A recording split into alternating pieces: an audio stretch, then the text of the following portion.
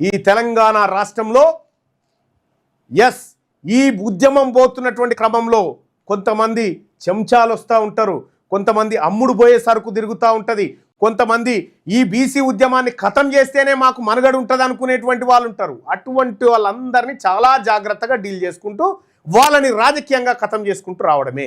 వాళ్ళతో పాటు ఈ మూకను ఈ బీసీ ఇంటికి పట్టబోతున్న చెదలను కూడా ఖతం చేయాల్సినటువంటి అవసరం ఉంటుంది.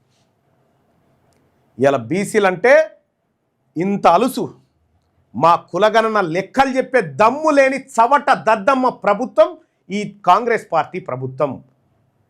చవట దద్దమ్మ ప్రభుత్వం. బీసీల లెక్కలు చెప్తే మీకు పెండబడుతుంది మీ లాగులల్లా. బీసీల లెక్కలు చెప్పమంటేనే ఇక ఇదంతా ఇట్లా ఉంటే సోది చెప్తానమ్మ సోది అని ఇక సోది దేశంలో ఇంకొకరు తిరగబట్టి సోది ఆడికి పోయి ఇట్లుంటే బాగుండని ఓ సోది, అట్లుంటే బాగుండని ఓ సోది. మా సోది చెప్పేటోళ్ళ అవతారం కూడా వాళ్ళే ఎత్తిరు ఆఖరికి.